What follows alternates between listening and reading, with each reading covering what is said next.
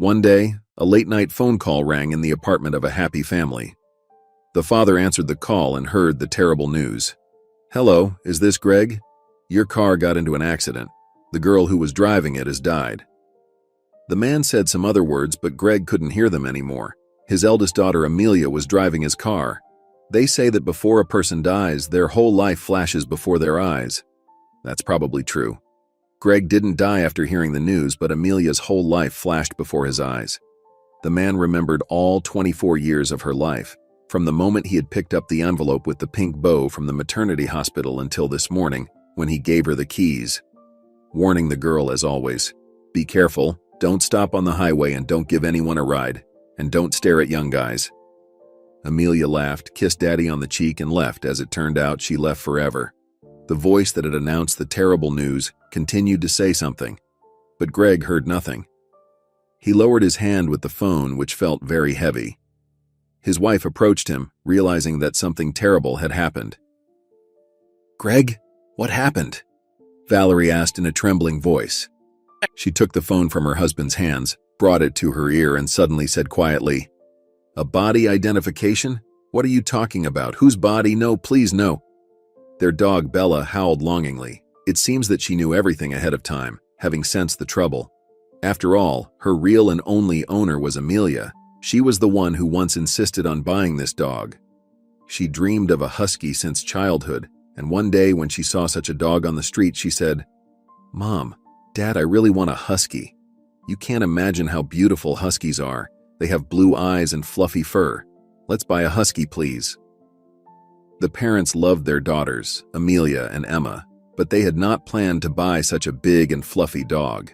After all, they were living in a dormitory at the time. Greg and Valerie moved from a small town. When they got married, they tried to rent an apartment, but then they realized that it wasn't the best option. And it wasn't even about money. It wasn't the fact that the landlords were demanding as much for a tiny old apartment as for a room in a fancy hotel. The problem was that when Greg and Valerie got used to the tiny apartment and got acquainted with the neighbors, the landlords had some sort of force majeure and demanded the couple move out immediately. And it happened several times. They could tolerate it when there were just the two of them. But when Valerie got pregnant, they realized they couldn't live like that anymore. They didn't want to constantly move from one apartment to another with the baby. And they didn't have enough money to buy an apartment because they were spending all the money they made on rent and food. So the couple decided to move into a small municipal dormitory. In general, the dormitory was good. After Emma was born, they were even provided with a bigger room. But they couldn't get a dog. There was a shared corridor, a shared kitchen, and all the neighbors had children. So the parents explained to their daughters that until they bought their own apartment, the dream of a husky would have to be postponed.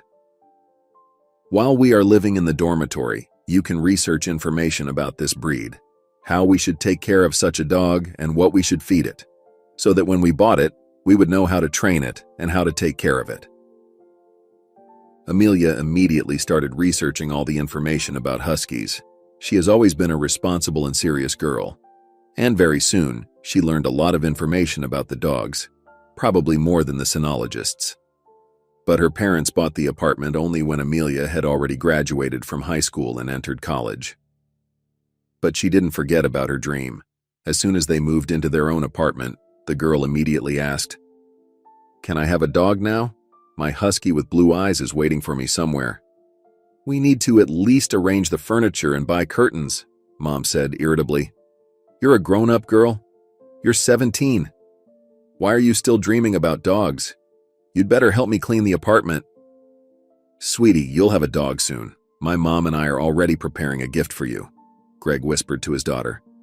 And for Christmas, the parents did buy a dog for the girls. "It's exactly the dog I've been dreaming of," a happy Amelia said, holding back tears. "Mom, Dad, how could you guess?" "Honey, we've been hearing about this breed for years. You've told us everything about your dream dog, even about the pink spot on its nose." The sisters snatched the puppy out of each other's hands, kissing and hugging their new friend. "But her tail isn't fluffy. A husky is supposed to have a fluffy tail," Emma said in surprise. "That's because she's still a puppy. When she grows up, she'll have a fluffy tail too. Our dog will have the fluffiest tail ever, Amelia reassured her sister. We need to choose a name for her. Maybe Princess? No, that's too long and cliché. The name of our favorite cartoon character is Bella. Why don't we call her Bella? Sounds great. And may our Bella be as brave and loyal as that girl from the cartoon. Bella, come here. But the puppy didn't know her name yet and didn't respond to it. But the little dog immediately chose her main owner. She almost never left Amelia's side. The whole family treated Bella well and loved her. But Amelia became the main dog's teacher. Everyone admired her responsible attitude. From the first days, she took care of the dog's nutrition. She trained the dog, washed her, and combed her fur. When Bella turned 1 year old, she was already such a smart and beautiful dog that all the neighbors admired her. It was a pleasure to watch the dog walk beside her owner, wagging her fluffy tail. Well-groomed and perfectly obedient, Bella knew the commands and looked at her owner with clever blue eyes. Sometimes it even seemed that the dog and the girl communicated with each other in a language only two of them knew. In addition, Amelia took Bella to a training site where a cynologist trained the dog, and owners of other dogs shared the secrets of training their pets. One day, while walking with Bella, the girl fell and badly hurt her leg with some rusty wire. Amelia managed to stop the bleeding, but they decided to call an ambulance. While Amelia waited for the doctor, Bella didn't leave her owner's side. The doctors had to stitch the wound and make a bandage. There was nothing dangerous in such an injury, but the girl got a scar on her leg. For several days, Bella had to walk with Amelia's parents and Emma. Bella obeyed them, but she didn't enjoy walking without her dear Amelia. Amelia, sweetie, you've spoiled the dog, Greg scolded her sometimes. When you get married and move away, leaving Bella to us, how are we supposed to handle this troublemaking dog? I will never leave Bella, Amelia replied indignantly. Even if I get married, I will warn my fiancé that I have a dog and the dog will live with us. And how are you going to go on your wedding trip? Together with Bella? I don't think leaving Bella with you for just 1 week is a problem. Or maybe I won't even have a wedding trip. This conversation had taken place about a year before the tragedy, and no one had any premonitions. But the girl was right. She never got married and never went on a wedding trip. When Amelia said she wanted to get her driver's license, her parents were against it. There's no need for a girl to drive. I don't have a driver's license and I don't feel any inconvenience, Valerie said. Come on, Mom, everyone has a driver's license now. Nowadays, it's a shame not to have a driver's license. And what are you going to do with them? You don't have a car and we won't be able to buy one for you anytime soon. I can drive Daddy's car from time to time, Amelia said confidently, and then I'll start working and buy my own car. Her argument seemed quite logical to Greg. Indeed, it would be convenient if someone else in the family had a driver's license. So when Amelia turned 20, she went to driving school and passed all the exams. Her father had taught her how to drive even before driving school. He knew that his daughter had become a responsibly and careful driver. Besides, she took Daddy's car not just to drive around the city, but in really important situations. So on that fateful day when Amelia said she needed to give a ride to her friend whose father was ill, no one was worried except Bella. The dog was always sad when her owner went somewhere without her. But that day, a few hours after Amelia left, the dog began to behave strangely. She kept pacing back and forth and then went to the front door and started scratching it. Emma, take Bella out for a walk. I'm busy right now, Valerie shouted from the kitchen. I'm actually preparing for my exams, the younger daughter said grudgingly. Emma was already 21 and was finishing university. Her mother realized that exams were a big deal, and I decided to take Bella for a walk herself. Why are you acting like this? You wanted us to buy you a dog too, and now what? She doesn't obey me. If I lose her outside, it will be your fault. Daddy will come home from work soon. He'll take her for a walk. Bella can't wait for Daddy to come home from work. Besides, she's very anxious today. She always behaves like this when Amelia isn't home. Outside, Bella became even more anxious. She wouldn't obey Valerie and tried to run away somewhere. But then Greg came around the corner and Bella whined and ran toward him. Calm down, Bella. Greg's already home. Amelia will also be home soon, Valerie said. Amelia isn't home yet? The father asked. Not yet. She's probably with her friend. Her father's sick, so maybe they needed some help. But in the evening, they received that fateful call from a policeman. There was no need to identify Amelia's body. The car got into an accident on the most dangerous part of the road. Knocking down a guardrail, the car fell off a cliff and burst into flames. The remains of the girl's body were buried in a closed coffin. "My sweet little girl, why can't I look at you one last time? Why can't I hold your hand?" the pale mother said as she hugged the coffin. Her husband and youngest daughter were also very upset, but now they had to worry about Valerie's condition. They were afraid of losing her too. Sometimes it seemed that Mom might die soon. They had to call an ambulance every day, but her condition didn't change. After the funeral, the poor woman just wouldn't get out of bed. No, she was not paralyzed. She just didn't want to live in a world without her dear Amelia. Emma, who had recently turned 21, took care of all the household chores. The girl also had to take care of her mother, almost forcing her to eat, take her medicine, get out of bed, and walk around the room. "Mom, it's really hard for all of us to live without Amelia, but we have to live for each other. Daddy and I need you." "I love you, my dear. I need you too, but I can't live like this. I don't know how to live without Amelia." Greg worked very hard to distract himself and stop thinking about his daughter's death. He also realized that he needed to help his wife survive this tragedy. He spent all his free time at Valerie's bedside, talking to her about their sweet girl. They talked about Amelia's entire life from birth, her first smile, first step, first word. At first, it seemed to him that these conversations only upset the poor woman even more. But no, Valerie gradually started talking, crying, and even getting out of bed. And what happened to Bella? Everyone almost forgot about the dog because of the tragedy. It seemed as if Bella understood how much everyone was suffering, so she didn't bother anyone. The dog simply didn't want to live anymore. Emma took her out for a walk, but it was hard to recognize the previously beautiful doggo. Bella had lost a lot of weight. Her fur was no longer shiny, her tail hung lifelessly, and her blue eyes were constantly full of tears. Poor dog. She can't tell what she feels, but it's obvious that she is suffering a lot. "That's the dog's loyalty," the neighbors whispered. At home, the dog was always lying lifelessly by Amelia's bedside, refusing water and food. Even Valerie began to come to her senses.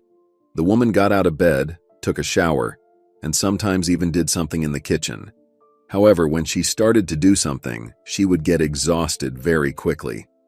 Every little thing reminded her of Amelia. Sometimes she would sit in a chair for hours, holding a book or a handkerchief or her daughter's cup as if she were under hypnosis.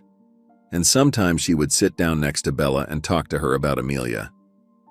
"I know how much you suffer without Amelia. I suffer too, and I don't know how to live without her. Sometimes I hear her voice, her footsteps, smell her scent, and then I realize she's gone." Bella whined softly and licked Valerie's hands, feeling that this tragedy had brought them together. A year passed after Amelia's death. The pain had never gone away, but life went on. Valerie's hair turned gray. She aged a lot but tried to suppress her emotions.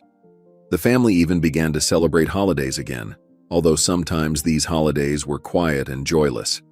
And sometimes when Valerie set the table for 4 persons out of habit, the family realized that now there were only 3 of them, and tears came to everyone's eyes.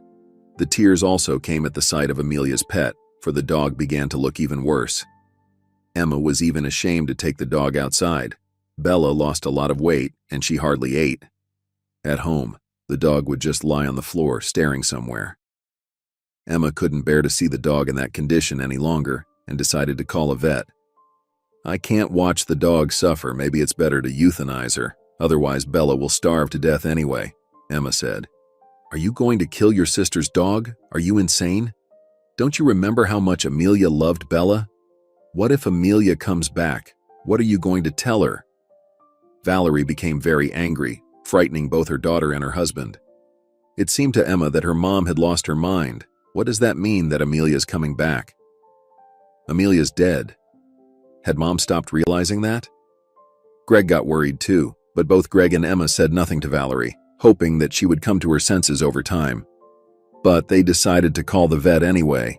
The vet examined the dog, listened to the owner's explanations, and said, "Physically, your dog is healthy but severely malnourished. but her mental state is terrible. You have to force her to eat, take her outside, walk with her as long as you can, distract her.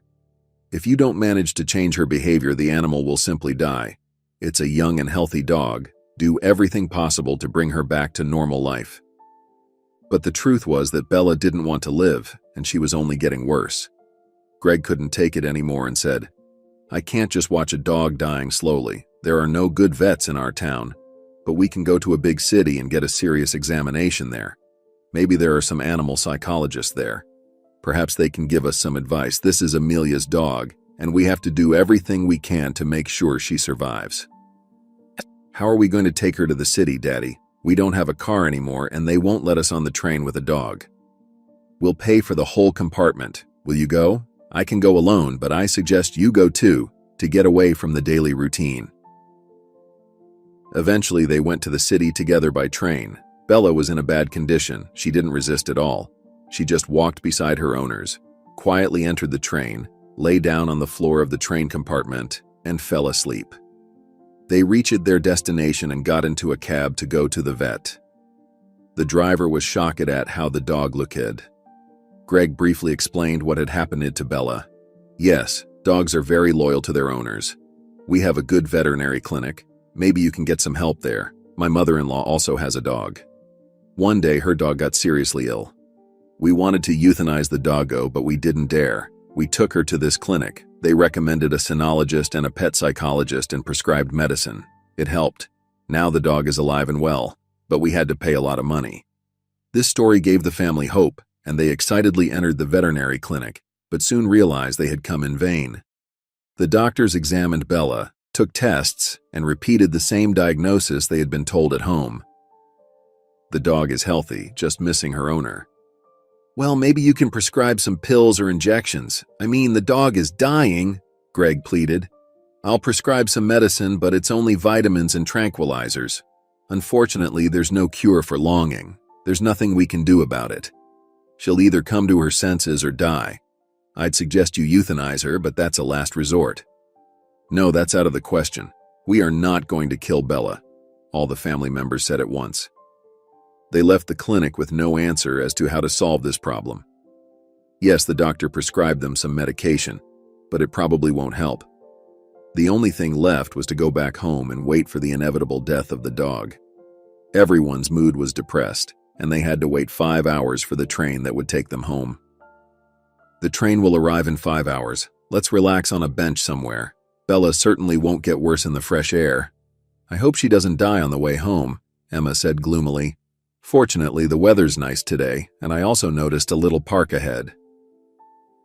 There was an ice cream truck at the entrance to the park. Greg bought 4 portions, 1 for Bella. Maybe at least the ice cream would cheer her up. But when he looked around, he didn't see the dog. "Where's Bella? Where did she go?" Valerie and Emma began to look around, not understanding how their dog could have run away. After all, she was already weak and could hardly walk. "There's your dog. Take her away before she bites someone," one of the passers-by shouted. They hurried toward the crowd and were amazed to see Bella. It was still the same skinny dog, but now she looked full of energy. She was walking resolutely towards a young girl standing with her back to everyone, next to a well-dressed, smiling man. When the dog approached the girl, she howled happily and snuggled against the legs of the unfamiliar girl. "What's wrong with her?" Emma wondered, and rushed over to the dog. "Are you not feeding your dog at all? It seems like your pet has rabies. Get your dog out of here. Someone should call the police," people were complaining.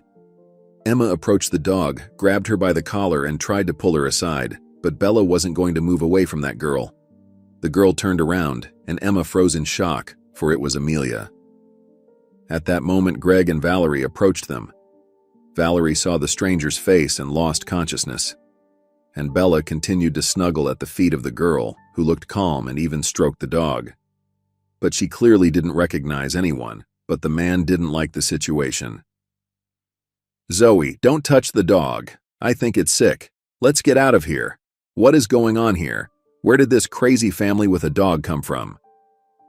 Valeria woke up, reached for the girl, and said, "Amelia, my girl, my daughter." The girl, whom her husband called Zoe, was stroking the dog in confusion. She took some food out of her bag, offered it to Bella, and the dog ate it with pleasure.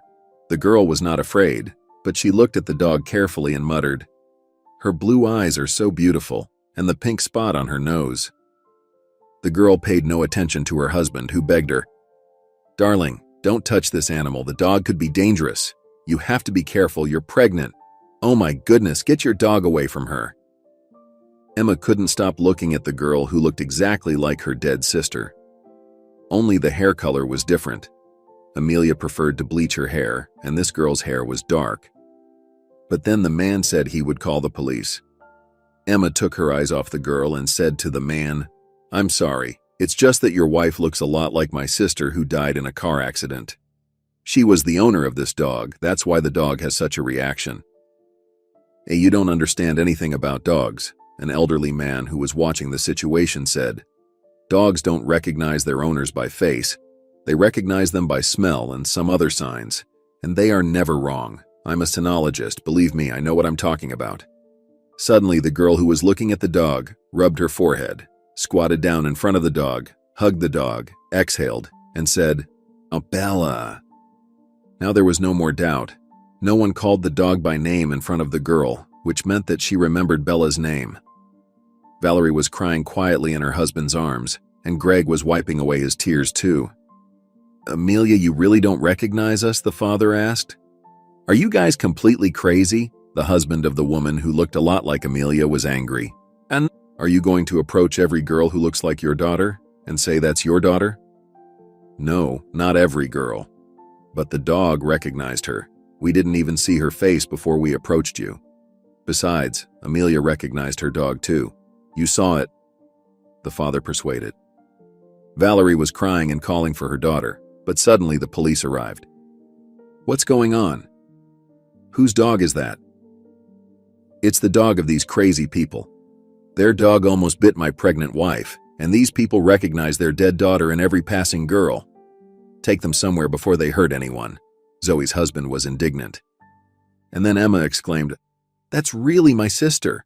Mom, Dad, look, she has a scar on her leg. That very scar, remember? We even still have the medical records that confirm Amelia's wound was stitched up. We need to do a DNA test. It's Amelia, I'm sure of it." Valerie and Greg were hugging the girl, while the police officers and Zoe's husband were standing in total confusion. Amelia was trying to remember something, but couldn't. The policeman decided to take everyone to the police station and send the pregnant girl to the hospital. At the police station, they tried to understand what had happened in the park. Amelia's family was too excited and confused, so the husband of the pregnant girl was the first to start explaining everything. "My pregnant wife was attacked by a strange-looking dog in the park. You can see that the animal is not healthy. The dog's strange owners started telling some story about their dead daughter, who had been resurrected in the person of my wife. And they started bothering my wife, looking for some scars on her body, which frightened her a lot. That's why she went to the hospital." "But are you sure your wife isn't their daughter? What are you talking about? We have been married for a long time. My wife's name is Zoe, not Amelia. I just called my friend. He attended our wedding. He will come to the police station soon and confirm my words. I sympathize with these people. They lost their daughter and probably went crazy with grief. But I'm not going to let them bother my pregnant wife. Or maybe they're just criminals, and they found out that I am a successful man. I have money. So they decided to blackmail me through my wife. But your wife really looked confused. I'm sure you'd be confused too if people with a dog approached you and claimed you were their son. I told you my wife is pregnant, and she doesn't feel well sometimes. And, yes, she has memory problems. It's mentioned in her medical records. But it has nothing to do with this stupid situation. Do you think she died, was buried, then resurrected, and doesn't remember anything about it? Besides, Zoe and I got married before their daughter died." "I understand, but still, we need to get to the bottom of this. These people don't seem crazy. Do you think normal people walk rabid dogs and look for their dead relatives in parks? Anyway, you can start investigating, but please don't bother my wife. She's pregnant. Stress is not a good thing for her. I hope that now she will calm down in the hospital and forget about this situation. How serious are her memory problems?" It's nothing serious. She remembers and realizes everything that's going on. It's just that she can't remember some of the events of her past. For example, she and I lived abroad for a year after we got married, but she doesn't remember it. But I think it's okay. A lot of people forget important dates and events, right? But I can prove my every word if necessary. At the same time, another investigator was questioning Greg's family in another room. Since the women were extremely nervous, Greg explained the whole situation. You see, our daughter Amelia died a year ago in a car accident. I mean, we were told that she died. We didn't even see the body. Police officers told us that everything was burned down there. Not even any clothes left, nothing at all. But there were remains of a body in my car, and we were sure it was Amelia. So we buried her in a closed coffin. We'd still think our daughter was dead if it weren't for today's encounter. But what makes you sure it's your daughter? After all, there are so many similar girls around. I agree, but the dog recognized her. She recognized her even before I saw this girl's face. And then Amelia called the dog by name. How could that be? And she has the same scar on her leg as Amelia. Too much of a coincidence, don't you think? You probably think we're crazy. But let's just do a DNA test. It'll show the truth. But even without a DNA test, I know for sure it's our daughter, our dear Amelia.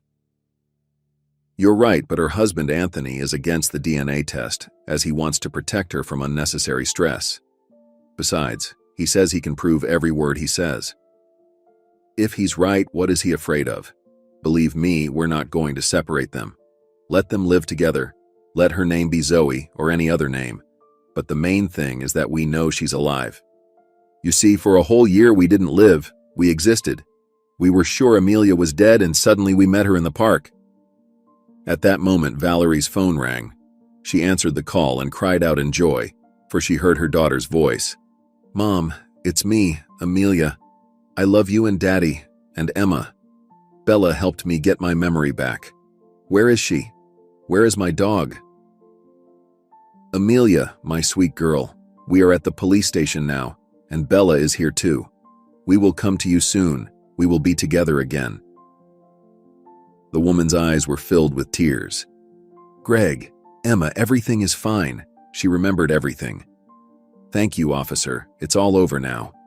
Amelia remembered everything. No tests needed. Mom, Amelia called out, can you come to me now? I'm in the hospital right now, but I'm fine. And where is Anthony? Is he at the police station too? Who is Anthony? Your husband. He's here too. At this time, Anthony came out of the investigator's room. Valeria couldn't help herself and hugged her new relative.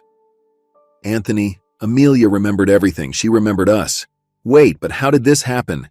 Did you kidnap her? You kidnapped her. Bastard. Now she was ready to attack the man she had been hugging a second ago. What on earth is going on here? What did my wife remember? Who did I kidnap? The confused man shouted. Look, Anthony, we need to figure everything out, but only together with Amelia. Let's go to Amelia, or Zoe, and talk, Greg said. My wife shouldn't be stressed out, Anthony mumbled.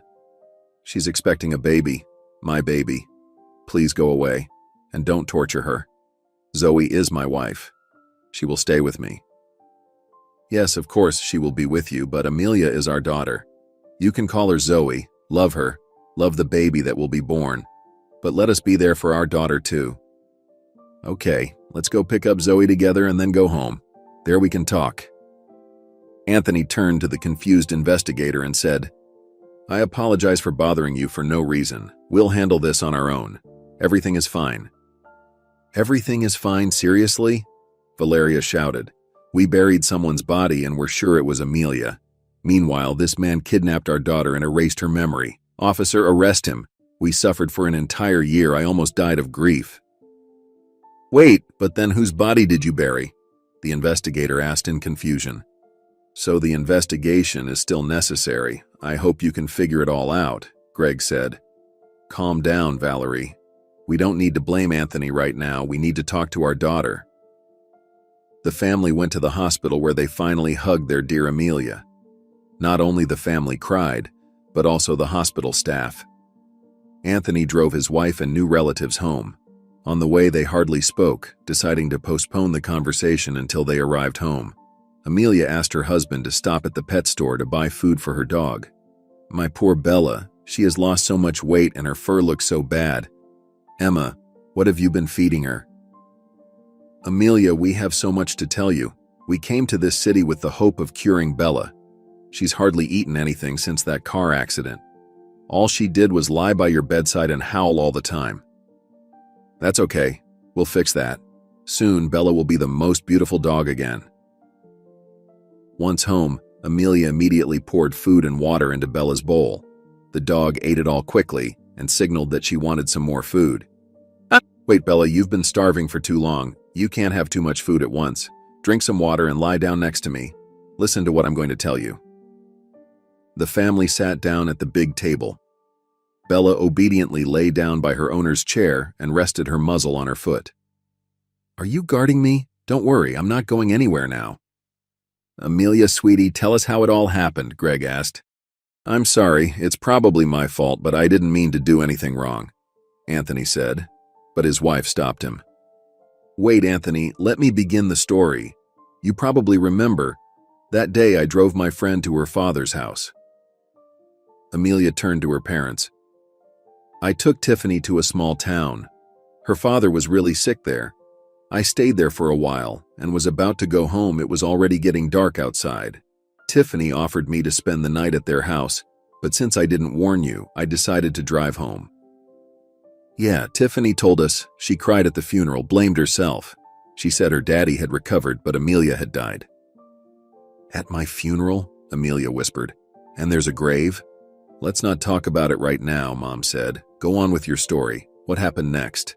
"I headed home when it was already dark outside. There were hardly any cars on the road. And I saw a girl by the side of the road. Yeah, Dad, I remember you always told me never to give rides to strangers. I didn't listen to you. I felt sorry for her because it was already evening and it was very cold outside, so I stopped and offered her a ride. She was an ordinary girl, about 20 years old. However, she seemed to me untidy and very nervous. I thought, what if she was addicted to drugs? Apparently she was. As we were driving down the road, she started crying abruptly. I asked her what was wrong, and she started to tell me that her boyfriend had broken up with her, and she felt really bad. I tried to calm her down, but she kept screaming that she didn't want to live without him. She told me that she had already tried to poison herself with pills and cut her veins, but nothing worked. The doctors always saved her. I was a little scared by her story and tried to calm her down. I told her that she was still a young girl and would definitely find her happiness, but she suddenly shouted, "Are you happy? Well then, why don't we just go to the same grave? Just imagine, two young girls, but one is happy and the other is not." She grabbed the steering wheel and twisted it. The car spun on the road. I couldn't do anything. The car fell off the road into a cliff. I don't remember anything else. "So we buried that girl instead of you, and it turns out I was crying over the grave of my daughter's killer." Valerie was horrified. "Mom, I'm alive. Anthony, tell us what happened next." Amelia gestured to her husband. "I was on my way home from a business meeting that day. When I saw someone lying on the road, I decided to stop.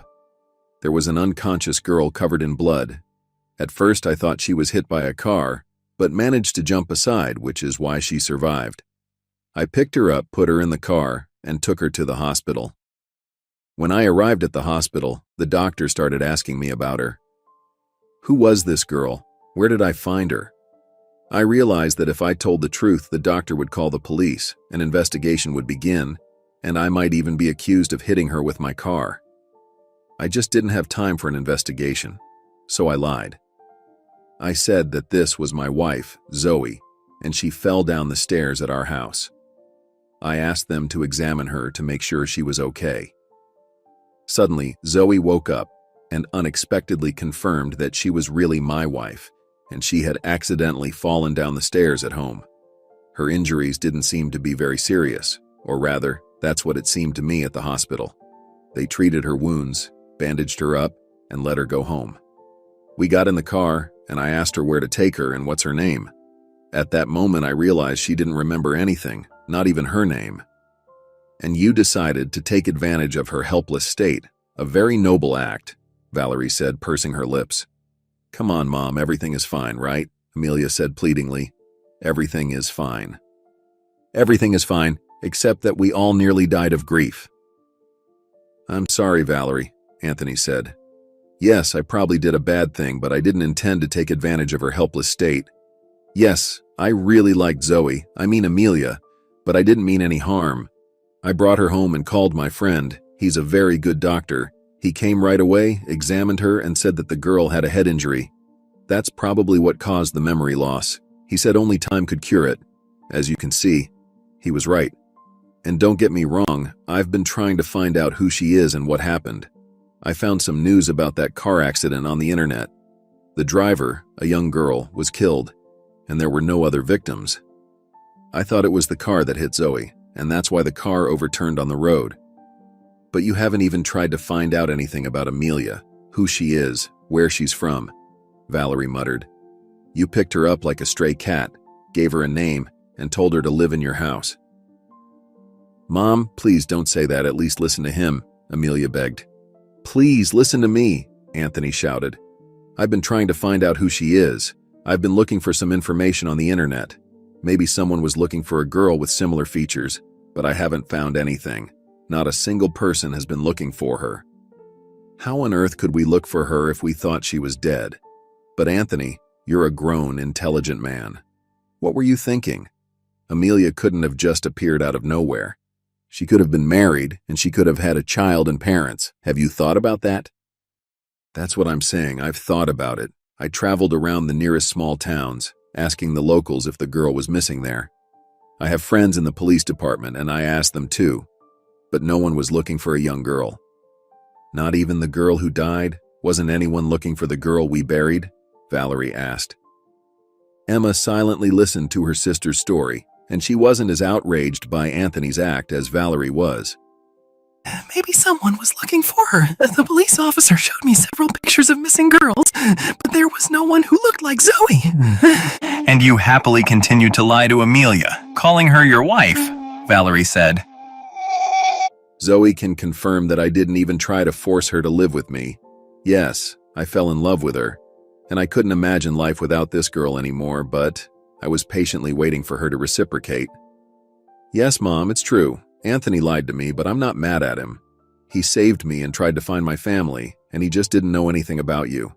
I really didn't remember anything at all at the time. Yeah, Zoe had a total checkup at a good private clinic, but the doctor said we shouldn't force her to remember anything. It could damage her brain. Besides, we didn't know what her past was like. And I'll be honest with you, I was afraid that Zoe would leave me. I needed her and I cared about her, you know? That's why I made up that legend. I told everyone that we've been married for a long time and we love each other. How on earth could you believe that there was nothing left of your past happy life? Not even pictures, Amelia, Emma said in surprise. I told her that we lived abroad for a year, and on our way back home, our luggage was stolen at the airport, and all the papers were there. Then my friends helped to issue a passport for Zoe and a marriage certificate, and Zoe never even had any suspicion during this year. Honestly, I didn't want her to remember her past anymore, especially after we'd become real husband and wife. It was the happiest year of my life, and now we're expecting a baby, and I don't care if she's Zoe or Amelia as long as she is with me. Okay, we've learned the truth. Let's not blame anyone. We can't change the situation anyway, right? Greg said firmly. Now we have to think about how to move on with our lives so we don't do anything even more stupid. Amelia has been living with false documents for a year. I hope she won't get in any trouble for that. I mean, she didn't even realize it. Now we need to get your identity back, or do you plan to continue living under someone else's name without your past? No, of course not. I want my past back. Anthony, do you think you'll get in trouble for making a fake passport? I don't know. I don't think I committed a crime, but you definitely need to get your identity back and get all your documents restored. But we need to think about how we're going to live now. Your parents live in another city and you live here with me now. Amelia has to go home. She shouldn't live with a man who committed such a despicable act, Valerie said angrily. Mom, what on earth are you talking about? What despicable act did he commit? Amelia uttered, holding back tears. Don't you realize it? He saved you, healed you, and fell in love with you? Sounds romantic. But he hid who you really are from everyone, including you. If it hadn't been for Bella, we would never have known you were alive. And you wouldn't even know your name, you'd just be some Zoe without a past. Mom, but everything's good now. Everything's good just for now, but nothing lasts forever. Now you are happy, you love each other, but what will you have in a year, in 5 years? What if he falls in love with someone else? Why do you say that, Valerie? Anthony said indignantly. You'd better shut up. Despicable people like you are capable of anything. What if you fell out of love with her and kicked Zoe out of the house? You'd tell her that Zoe didn't exist and your marriage was null and void. And then Amelia would have nothing left, not even relatives. Yeah, it's not going to be easy to build a normal relationship with my mother-in-law. Anthony stood up and paced nervously around the room. I am not your mother-in-law. Zoe's mom is your mother-in-law. My daughter's name is Amelia, and my daughter is not your wife. The fact that you made a fake passport and marriage certificate for her doesn't mean anything. The woman you fell in love with doesn't exist. Zoe doesn't exist. I could understand if a criminal or an anarchist did it, but you're a serious man. Or do you have a fake passport too? Emma was already laughing at her mom's words. Greg, on the other hand, got angry and said, Valerie, stop it. I'm afraid you're about to accuse him of being a spy. You're absolutely right about a lot of things, but the further you go in your reasoning, the more bizarre stories you make up.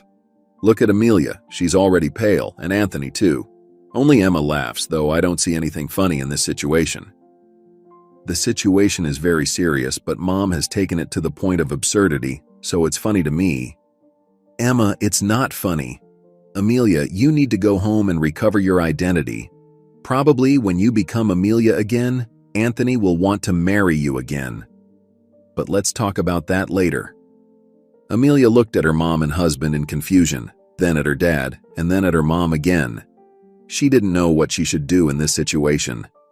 Isn't it possible to recover documents here? She asked weakly. I think it's possible, Anthony exclaimed.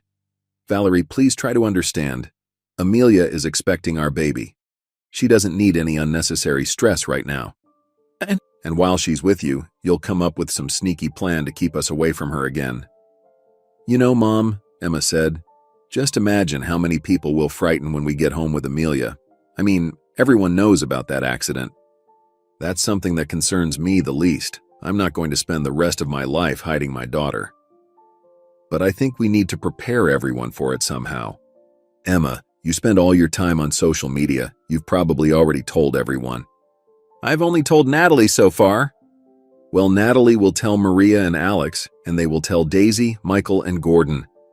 By the time we get home, everyone will already be greeting us at the train station with flowers, and no one will be scared of Amelia. I don't want anyone to meet me at the train station, a frustrated Amelia said. Mom, can I stay with Anthony? And let Bella stay with me. I get it, so you don't need Mom anymore, Valerie said grumpily. Valerie, please calm down. All right, we'll restore the documents. But to do that, Amelia must come to our town and confirm that she is really alive, Greg said confidently. I can take care of restoring the documents, Anthony said. I'm sorry, but after everything you've done, I can't trust you. I'll take care of her passport myself, but we still haven't discussed how we're going to live now. Okay, Anthony said firmly. You can blame me and even hate me. I deserve it. Greg, take care of her passport as soon as possible. If you need help with that, I'll do everything I can. And when it's done, Amelia and I will get married. Right, dear? Of course, you and I are already husband and wife, Amelia replied tiredly. I realize that you found your daughter and you don't want to part with her, but neither do I want to lose my beloved wife, nor the baby that will be born in 6 months. We don't give a damn what you want, Valerie uttered, but Greg stopped her with a gesture. I don't think Amelia wants to be a single mom either, Greg said. I don't want to break up with Anthony, Amelia exclaimed, and tears welled up in her eyes. At that moment, the girl finally realized her situation. She found her parents and sister, but they live in different cities. And even though her hometown isn't that far from here, she wished she could see her family every day after such a long separation. I suggest the following solution. I'll buy you an apartment in our city. We will find a suitable apartment in our neighborhood. Cool, Emma said cheerfully. No way, we don't want anything from you. Valerie grinned. I knew you would say that, but I don't have any other solution. But if you have better options, I'm ready to listen to you. Valerie was ready to attack Anthony again, but her husband stopped her. Valerie, stop seeing a catch in everything. Anthony's just trying to find a reasonable solution.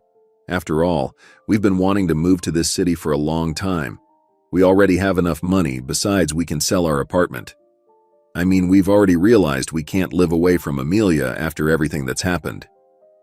Dad, Mom, accept this offer, Amelia pleaded. At least try to believe Anthony. He is a very decent man. I would never fall in love with a bad person. Please, let's do the right thing. I mean, we can finally be happy. Please, let's not do anything stupid. Mom, please think about our family. We finally found Amelia. She's happy, and we can be happy too. Isn't that what you wanted?